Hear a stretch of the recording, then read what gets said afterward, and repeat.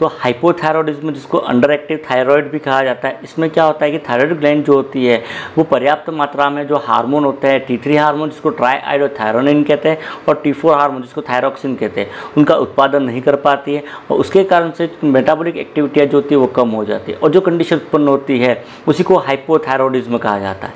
तो कोर्स के आधार पर इसके टाइप दिए गए हैं। इसमें एक तो प्राइमरी हाइपोथायरॉयडिज्म होता है। प्राइमरी हाइपोथायरॉयडिज्म में थायराइड ग्लैंड जो है उसके अंदर किसी प्रकार की कोई प्रॉब्लम होती है, उस प्रॉब्लम के कारण से वो हार्मोन जो होता है उसका सिक्रेशन नहीं कर पाता है। मोस्ट कॉमन कॉज जो होता है प्राइमरी हाइपोथायरॉयडिज्म का वो हाशिमोटो डिसीज होता है। इसको ऑटोइम्यून थायराइडाइटिस भी कहा जाता है। मतलब कि ऑटोइम्यूनिटी के कारण से थायराइड ग्लैंड जो होती है वो डैमेज हो जाती है, उसमें इन्फ्लामेशन हो जाता है। हाशिमोटो डिसीज जो होता है वो सामान्यतः फीमेल के अंदर ज़्यादा होती है, उसी कारण से हाइपोथायरॉयडिज्म जो होता है वो मेल की अपेक्षा फीमेल के अंदर ज़्यादा होता है। दूसरा थायराइडाइटिस की कंडीशन होती है, तो किसी वायरल या बैक्टीरियल इन्फेक्शन हो जाए और इन्फेक्शन के कारण से थायराइड ग्लैंड में इन्फ्लामेशन हो जाता है, तो उसके कारण से भी थायराइड हार्मोन का सिक्रेशन नहीं हो पाएगा। तीसरा कारण जो होता है वो हाइपरथायरॉयडिज्म जो है उसका कोई ट्रीटमेंट यदि ले रहा है, जैसे मेथिमाजोल ले रहा है या प्रोपाइलथायरोयूरेसिल ले रहा है, एक कारण होता है आयोडीन डेफिशिएंसी के कारण। आयोडीन जो होता है वो थायराइड हार्मोन जो है उसके निर्माण के लिए और रिलीज करने के लिए बहुत ही नेसेसरी होता है। आयोडीन की कमी होने के कारण से थायराइड हार्मोन जो है उसका निर्माण नहीं हो पाता और वो ब्लड के अंदर रिलीज नहीं हो पाते और उसके कारण से भी ब्लड के अंदर थायराइड हार्मोन जो होते हैं उसका लेवल कम हो जाता है। प्रेगनेंसी जो है उसके अंदर हाइपोथायरॉयडिज्म कंडीशन हो सकती है। एक थायराइडेक्टोमी यदि सर्जरी करवाई हुई है, मतलब सर्जरी के द्वारा थायराइड ग्लैंड जो है उसके कुछ भाग को रिमूव कर दिया या पूरी ग्लैंड को रिमूव कर दिया है, तो उसके कारण से भी थायराइड हार्मोन जो है उसकी कमी हो सकती है। एक रेडिएशन थेरेपी यदि न की हुई है, इसके अलावा कुछ मेडिकेशन होती है, ये मेडिकेशन सीधा थायराइड ग्लैंड जो है उसको स्टिमुलेट करती है, उसके कारण से हार्मोन का सिक्रेशन जो है वो कम हो जाता है, जिससे कि लिथियम जो है एमिडोएरॉन करके होता है, एक टायरोसिन काइनेज इनहिबिटर है। ये तो प्राइमरी हाइपोथायरॉयडिज्म जो है उसके कॉज हो जाएंगे। दूसरा होता है सेकेंडरी हाइपोथायरॉयडिज्म। सेकेंडरी हाइपोथायरॉयडिज्म में क्या होता है कि थायराइड ग्लैंड जो होती है वो तो ठीक रहती है, प्रॉब्लम जो होती है वो मेनली पिट्यूटरी ग्लैंड जो होती है उसके अंदर किसी प्रकार की कोई डिसीज कंडीशन है तो उसके कारण से होता है। जैसे पिट्यूटरी ग्लैंड जो है उसकी सर्जरी हुई है या सर्जरी के दौरान वो डैमेज हो जाती है या रेडिएशन थेरेपी हुई है या पिट्यूटरी एडिनोमा है, तो उसके कारण से एक हार्मोन होता है TSH, थायराइड स्टिमुलेटिंग हार्मोन, और ये हार्मोन थायराइड ग्लैंड को जाके स्टिमुलेट करता है। उसके कारण से थायराइड ग्लैंड जो होती है वो हार्मोन जो होते हैं T3, T4 उसका निर्माण करती है। तो किसी कारण से पिट्यूटरी ग्लैंड में कोई समस्या हो और उसके कारण से TSH हार्मोन जो होता है थायराइड स्टिमुलेटिंग हार्मोन उसका सिक्रेशन कम हो जाता है, तो उसके कारण से जो कंडीशन उत्पन्न होती है वो सेकेंडरी हाइपोथायरॉयडिज्म हो जाएगी। अगला एक टर्शियरी या सेंट्रल हाइपोथायरॉयडिज्म होता है। टर्शियरी हाइपोथायरॉयडिज्म जो है वो मेनली हाइपोथैलेमिक कोई डिसीज कंडीशन है तो उसके कारण से हो सकता है। हाइपोथैलेमस से एक हार्मोन रिलीज होता है TRH, थायराइड रिलीजिंग हार्मोन। ये TRH हार्मोन जो होता है वो मेनली पिट्यूटरी ग्लैंड जो है उसको स्टिमुलेट करता है और पिट्यूटरी ग्लैंड जो होती है वो TSH जो होता है थायराइड स्टिमुलेटिंग हार्मोन उसको सिक्रेट करती है और यही जाके थायराइड ग्लैंड को स्टिमुलेट करता है।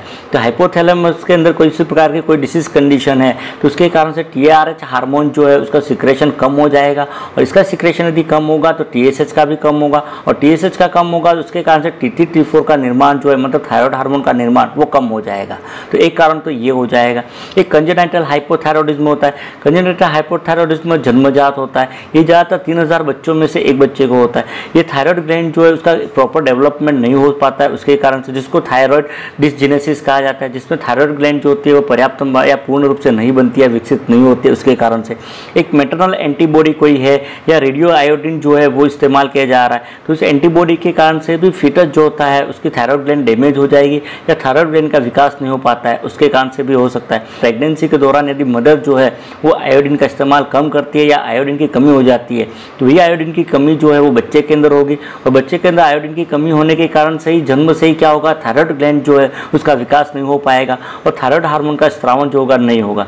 ये तो कॉज जो है वो हो जाएंगे जिसके कारण से हाइपोथायरॉयडिज्म जो है उसकी कंडीशन होती है। हाइपोथायरॉयडिज्म में जो लक्षण दिखाई देते हैं उसके लक्षणों में एक तो फटीग होता है, मतलब बहुत ज़्यादा थकान लगना। दूसरा लक्षण जो होता है वेट गेन होता है, मतलब वजन का बढ़ना होता है। तीसरा डिक्रीज एपेटाइट, मतलब भूख जो है उसके अंदर कमी होगी। एक एनलार्ज नेक कंडीशन हो सकती है क्योंकि थायराइड हार्मोन का स्रावन यदि कम होगा तो TSH आगे थायराइड ग्लैंड को स्टिमुलेट करता है जिसके कारण से थायराइड ग्लैंड के अंदर प्रोलिफरेशन हो जाएगा और थायराइड ग्लैंड जो उसका आकार जो है वो बढ़ जाएगा।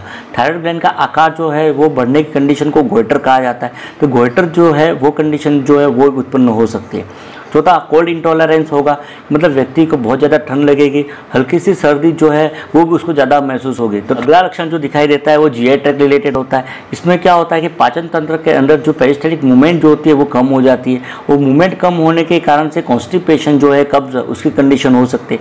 साथ ही साथ डाइजेशन के अंदर प्रॉब्लम हो सकती है जिसको डिस्पेप्सिया कहते हैं। तो इनडाइजेशन की समस्या हो सकती है, कॉन्स्टिपेशन मतलब कब्ज जो है उसके लक्षण भी दिखाई दे सकते हैं। अगला बॉडी का टेम्परेचर जो होता है वो कम हो जाता है, क्योंकि शरीर का तापमान कम होने के कारण से उसकी जो एक्सट्रीमिटीज जो होती है, मतलब हाथ पैर जो होते हैं वो ठंडे महसूस होंगे।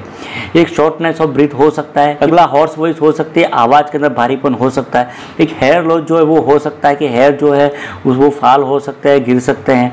इसके अलावा लिम्स जो होते हैं, पैर जो होते हैं, उसके अंदर स्वेलिंग हो सकती है। फेस के ऊपर जब फैट जो है वो जमा हो जाएगा तो फेस जो होता है पुफी फेस हो जाएगा, मतलब मून शेप्ड फेस हो जाएगा। फेस जो होते हैं उसके ऊपर सूजन जो है वो दिखाई देती है। फीमेल के अंदर हाइपोथायरॉइडिज्म के कारण से मेंस्ट्रुअल ब्लीडिंग जो होती है वो बहुत ज़्यादा हो सकती है, या उसका जो पीरियड जो है वो लंबा हो सकता है। इसके अलावा इम्पोर्टेंसी हो सकती है। स्किन जो होती है इसमें क्या होता है कि पेल हो जाती है, स्किन जो है वो ड्राई हो जाती है, क्योंकि इसके अंदर पसीना जो है वो कम आता है। पसीना कम होने के कारण से स्किन जो होती है वो रूखी और सूखी हो जाती है, मतलब कोर्स हो जाती है। इसके अलावा एक और कंडीशन होती है मैक्सिडिमा की कंडीशन होती है। मैक्सिडिमा जो होता है वो एक प्रकार की बॉडी के अंदर स्वेलिंग की कंडीशन होती है जो कि हाइपोथायरॉइडिज्म के कारण से होता है। इसमें क्या होता है कि डर्मी जो होती है, मतलब स्किन जो है उसके नीचे म्यूकोपॉलीसैकेराइड जो होता है उसका डिपोजिशन होने लगता है। म्यूकोपॉलीसैकेराइड का डिपोजिशन होने के कारण से वहाँ पर क्या तो स्वेलिंग हो जाती है। स्वेलिंग जो होती है वो खास करके लेग जो होते हैं, लोअर लेग उसके अंदर, और आई बॉल जो होते हैं उसके पीछे की तरफ होते हैं। और ये स्वेलिंग जो होती है वो नॉन पिटिंग एडिमा होती है। तो एक तो मैक्सिडिमा की कंडीशन जो है वो हो सकती है। इसके अलावा यदि थायराइड हार्मोन जो है उसका सिक्रेशन बहुत ज़्यादा कम होता है, हाइपोथायरॉइडिज्म कंडीशन जो होता है लंबे समय तक बनी रहती है, तो उसके कारण से मैक्सिडिमा कोमा की कंडीशन हो सकती है। मैक्सिडिमा कोमा जो होता है वो एक तरह से रेयर कंडीशन होती है, लेकिन लाइफ थ्रेटनिंग होती है, मतलब इसके कारण से व्यक्ति की डेथ भी हो सकती है। इसमें क्या होता है कि हाइपो एक्सट्रीम कंडीशन का हाइपोथायरॉइडिज्म होता है, मतलब थायराइड हार्मोन जो है उसका स्राव बहुत ही कम मात्रा में या बहुत ही कम हो जाता है। इसमें क्या होता है, बॉडी का टेम्परेचर जो है बहुत ही लो हो जाता है, व्यक्ति को कन्फ्यूजन होता है, हार्ट रेट जो है वो बहुत ही स्लो हो जाती है। साथ ही साथ ब्रीथिंग की जो फोर्स जो होती है वो भी कम हो जाती है। हाइपोवेंटिलेशन कंडीशन होती है। टंग जो होती है वो एनलार्ज हो जाती है, मतलब टंग जो होती है वो एक तरह से मोटी हो जाती है। हाइपोवेंटिलेशन के कारण से हाइपोक्सिया की कंडीशन होती है, मतलब ब्लड के अंदर ऑक्सीजन की कमी हो जाती है। साथ ही कार्बन डाइऑक्साइड जो है उसकी भी वृद्धि हो जाती है। कार्बन डाइऑक्साइड की वृद्धि होना उसको हाइपरकैप्निया कहते हैं। तो हाइपोक्सिया हाइपरकैप्निया की कंडीशन होती है, और उसके कारण से क्या होता है कि बॉडी के अंदर सेल को ऑक्सीजन नहीं मिल पाता, सेल की डेथ हो सकती है और व्यक्ति जो है उसकी डेथ भी हो सकती है। तो मैक्सिडिमा कोमा जो है वो एक तरह से एक्सट्रीम हाइपोथायरॉइडिज्म की कंडीशन है उस समय उत्पन्न होता है। तो ये तो हाइपोथायरॉइडिज्म जो है उसके जो साइन एंड सिम्टम जो दिखाई देते हैं वो हो जाएंगे। हाइपोथायरॉइडिज्म जो है इसका मेडिकल मैनेजमेंट या ट्रीटमेंट के अंदर एक तो थायराइड हार्मोन रिप्लेसमेंट थेरेपी काम में लेते हैं, जो कि T4 हार्मोन जो है उसकी कमी को दूर करने के लिए काम में लेते हैं। इसमें जो ड्रग काम में ली जाती है वो सिंथेटिक थायराइड हार्मोन जो है वो काम में लिया जाता है। इसमें लिवोथायरॉक्सिन करके जो होती है वो काम में ली जाती है। लिवोथायरॉक्सिन जो इसका जो डोज जो रहता है वो 100 से 150 μg मतलब माइक्रोग्राम पर डे दिया जाता है। यदि मैक्सिडिमा कोमा की कंडीशन यदि आती है तो उसमें फिर डायरेटिक जो है वो दिए जाते हैं।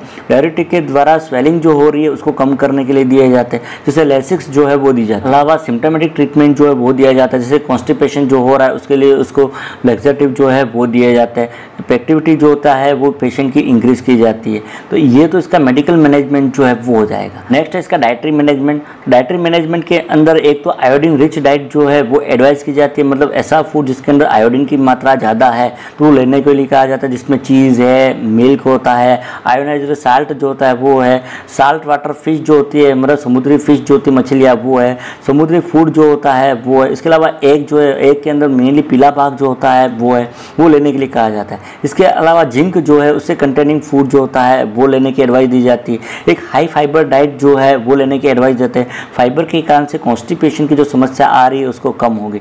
एक पर्याप्त मात्रा में पानी जो है वो पीने की एडवाइस दी जाती है ताकि उसकी स्किन जो है उसका हाइड्रेशन प्रॉपर रहे, बॉडी के अंदर हाइड्रेशन जो है वो मेंटेन रहे। तो ये तो इसका डाइटरी मैनेजमेंट जो है वो हो जाएगा। नर्सिंग रिलेटेड वीडियो देखने के लिए चैनल को सब्सक्राइब कीजिए। मिलते हैं अगले वीडियो के अंदर। Thank you.